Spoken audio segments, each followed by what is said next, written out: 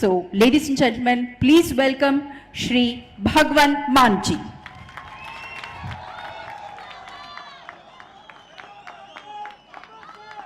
बहुत बहुत धन्यवाद, बहुत बहुत शुक्रिया।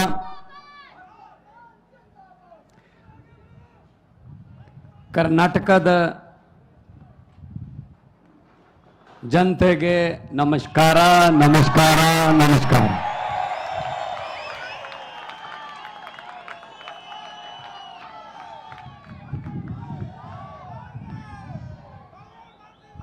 स्टेज पर देश के एक ऐसे आम घर से निकले हुए कदम जिन्होंने करोड़ों लोगों को एक उम्मीद दी, बदलाव की उम्मीद दी, करप्शन फ्री समाज की नींव रखी। माननीय मुख्यमंत्री दिल्ली और आम आदमी पक्ष के नेशनल कन्वीनर अरविंद केजरीवाल जी, पृथ्वी रेड्डी जी, कर्नाटका की हमारी पूरी टीम जो दिन रात पर्दे के पीछे काम करती है, और आप रीढ़ की हड्डी आम आदमी पक्ष की, आम आदमी पार्टी की, दूर दूर से चलकर यहां पे आए वॉलंटियर वर्कर और आम आदमी पार्टी से प्यार करने वाले, और कर्नाटका को नंबर 1 और देश को नंबर 1 देखने वाले, सबको यहां पे खुश आमदीद, वेलकम। जब मैं कर्नाटका आया तो मैंने बात की कुछ लोगों से, तो 10 सेकंड में ही समझ आ गया कि समस्याएं वही हैं जो पंजाब की हैं। किसान की समस्या वही है जो पंजाब की है। हमारे यहां गन्ने की खेती होती है, लेकिन जब से आम आदमी पार्टी की सरकार, अभी साल नहीं हुआ, 16 मार्च को साल होगा, हमने गन्ने के उत्पादकों का 300 करोड़ रुपया जो पिछली सरकारों ने नहीं दिया था, आते ही सबसे पहले वो दिया, और गन्ने का रेट 380 रुपए क्विंटल है। पंजाब में, देश में सबसे ज्यादा रेट पंजाब में मिलता है, और मुझे पता चला यहां पे तो 200, 180, 220 तक मिलता है। और हमारी भी जो गन्ना मिलें हैं वो कई कई साल पैसे नहीं देती थी, यहां भी यही हाल है। तो समस्याएं हमारी वही हैं। मुझे पता चला 2.5 लाख वैकेंसीज हैं गवर्नमेंट जॉब्स में, 2.5 लाख पद खाली हैं, और आम आदमी पार्टी की सरकार बनी 1 साल में 27,790 नौकरियां देकर आपके बीच में खड़ा हूं भाई साहब, सरकारी नौकरियां 1 साल में। और मुझे पता चला कि कॉन्ट्रैक्ट पर जितने भी कर्मचारी हैं वो कच्चे हैं, उन पर तलवार लटकती है, कब निकाल देंगे, कब कह देंगे घर जाओ, आपकी जरूरत नहीं है। और पंजाब सरकार ने 14,000 पहले किए, अभी हमारा बजट का सेशन आ रहा है, उसमें भी मता आ रहा है, 14,000 अब करेंगे। 28,000 कॉन्ट्रैक्ट वाले जो मुलाजिम थे कच्चे, उनको पक्के करके आपके बीच में खड़ा हूं भाई साहब। कोई हवा में बातें नहीं करते, हम हवा में बातें नहीं करते। यहां भी वही मुद्दा है, OPS, old pension scheme. Old pension scheme में क्या था, सरकारी कर्मचारी दफ्तर में काम करता था, जॉब करता था, तो उसकी तनख्वाह में से पैसे करते थे जीपीएफ के, ईपीएफ के।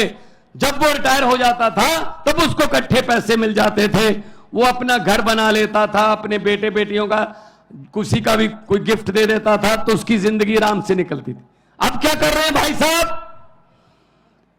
अब भाई साहब का फरमान आ गया दिल्ली से, इनके पैसे काट तो लो लेकिन इनको मत दो, शेयर मार्केट में लगा दो, वहां से नीरव मोदी, विजय माल्या, ये अडानी सब ले जाएंगे।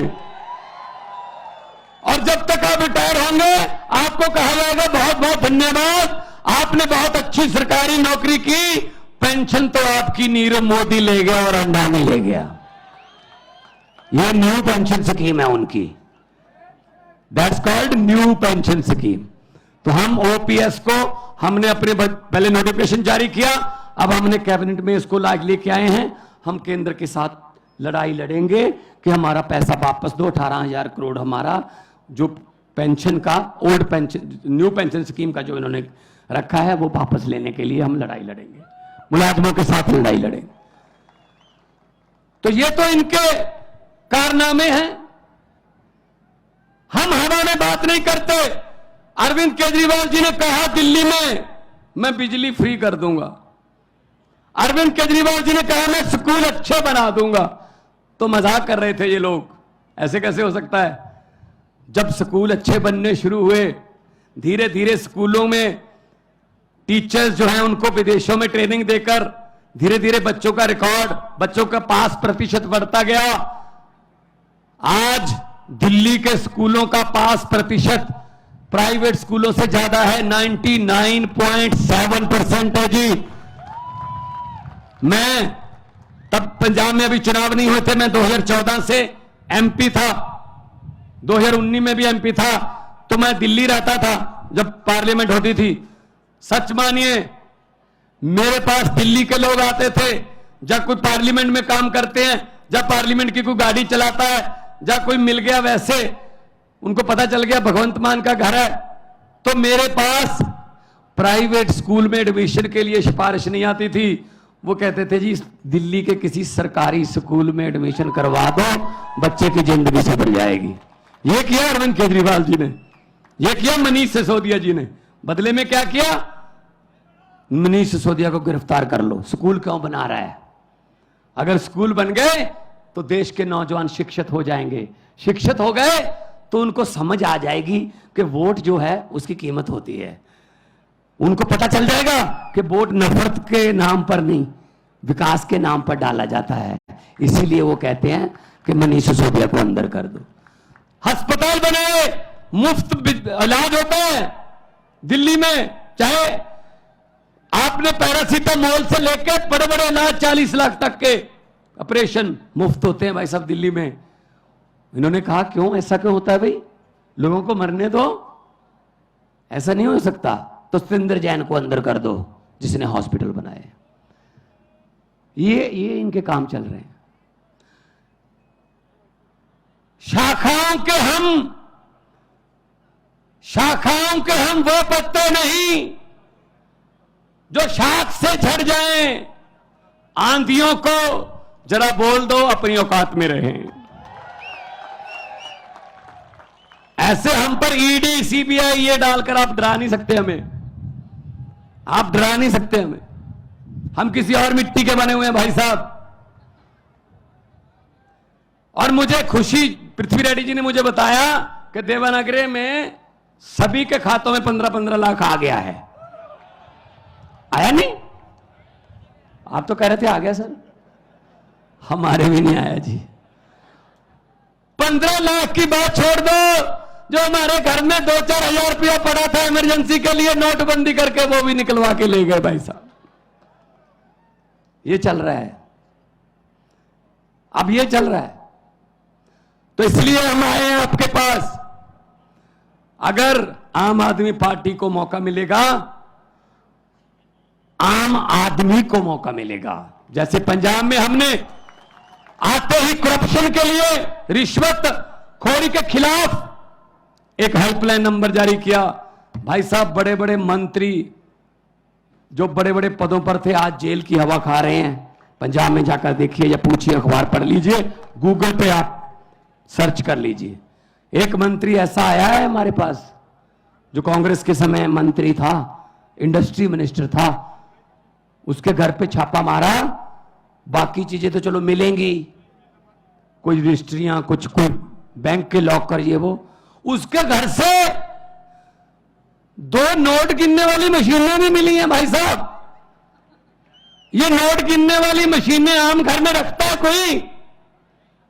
ये सिर्फ लुटेरों के घर में ही हो सकती हैं, बस जब बैंक में होती हैं, जहां रिश्वतखोरों के घर पे होती हैं नोट गिनने वाली मशीन। इसका मतलब उसका परिवार नोट गिन गिन के तंग आ गया।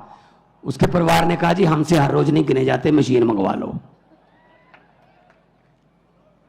आज टीवी पर देख रहा था इतने बड़े बड़े नोट के ढेर कर्नाटका में, विधायक के बेटे के घर से 8 करोड़ मिला ना।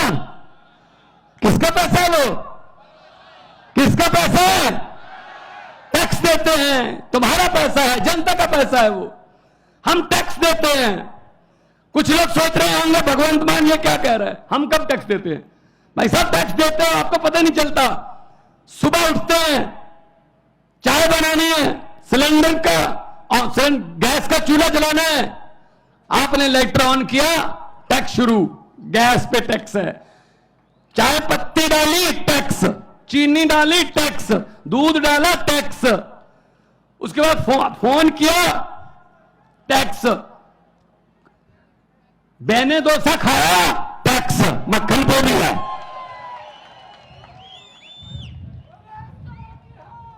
अब तो छाछ पे भी टैक्स है, आटे पे भी टैक्स है। बाजार गए, मोटरसाइकिल लेके गए, डीजल पेट्रोल टैक्स, सब्जी लाए टैक्स, शाम को डिनर करके सोचते हो सोने से पहले शुक्र है अब कोई टैक्स नहीं है। नहीं नहीं, गलतफहमी में हो, ऊपर पंखा चल रहा है, टैक्स। भाई साहब हम तो सोते हुए भी टैक्स दे रहे हैं, जब हम सो रहे हैं तब भी टैक्स दे रहे हैं।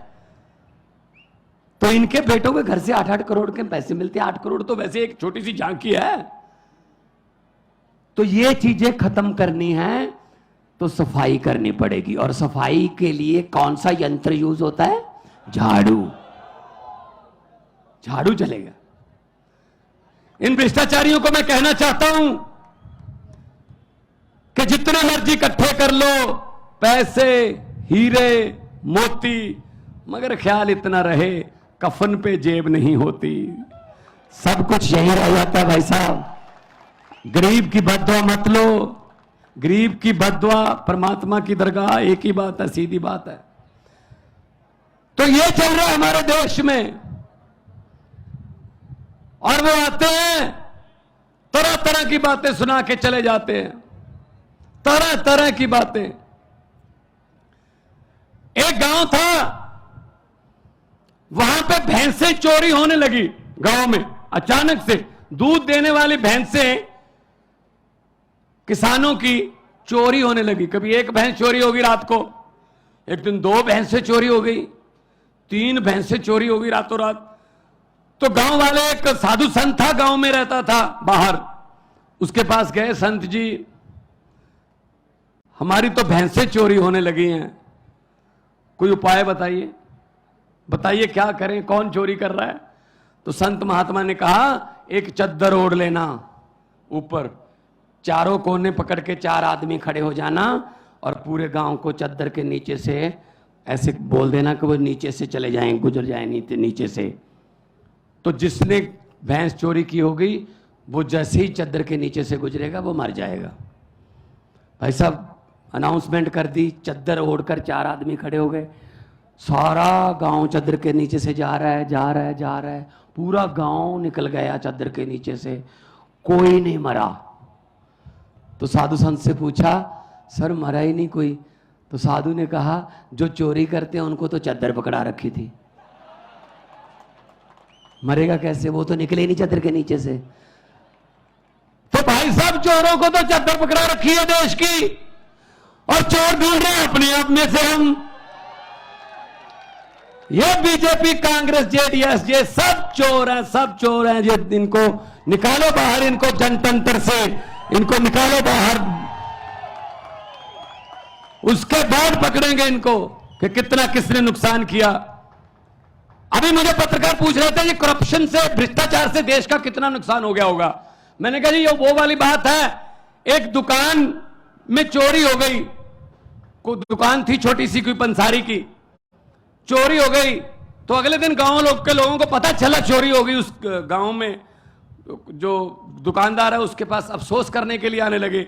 ऐसे ही उसने रेवड़ी वेवड़ी रखी हुई थी, वो जनवरी के दिन थे, तो जो भी आता था ऐसे रेवड़ी उठाई 10-15, 2-4 मुंह में डाल के बोले यार बहुत अफसोस हुआ, कितने मुझे पता चला चोरी हो गई। कहते हाँ जी चोरी हो गई। 1 आया, 2 आए, 10 आए, 15 आए। दोपहर के बाद सरपंच भी, गांव का जो प्रधान है, उसने भी कहा मैं भी जाके आता हूं। उसने भी ऐसी रेवड़ी उठाई, 2-4 मुंह में डालकर बोले यार बहुत बुरा हुआ, चोरी हो गई। कितने का नुकसान हो गया होगा? वो दुकानदार बोला जी सरपंच साहब अभी तो नुकसान चल रहा है। जो भी आता है रेवड़ी खा के पूछ लेता कितने का नुकसान हो गया। जब पूरा गांव अफसोस कर गया उसके बाद हिसाब लगाएंगे कितने की चोरी हो गई है। तो अब कैसे बता दें इस करप्शन से, भ्रष्टाचार से कितने का नुकसान हुआ? अभी तो नुकसान चल रहा है देश का। ये तो आम आदमी पार्टी की सरकार आएगी, अरविंद केजरीवाल जी प्रधानमंत्री बनेंगे, तब हिसाब लगाया जाएगा कि कितने की चोरी हो गई है और कितना भ्रष्टाचार हो गया है। ऐसा हिसाब नहीं लगेगा इसका हिसाब लगाने वाला चाहिए। और चाहिए भी IRS ऑफिसर, इनकम टैक्स के कमिश्नर रहे हैं, इनको सब पता है पैसा कहां से आता है और कहां जाता है। ये निकाल लेते हैं। जो पैसा छुपाना जानता है ना, तो इनकम टैक्स वाले निकलवाना भी जानते हैं कि कहां से निकलता है। तो मैं आपको यही बेनती करूंगा कि आप लोग इकट्ठे हो जाइए।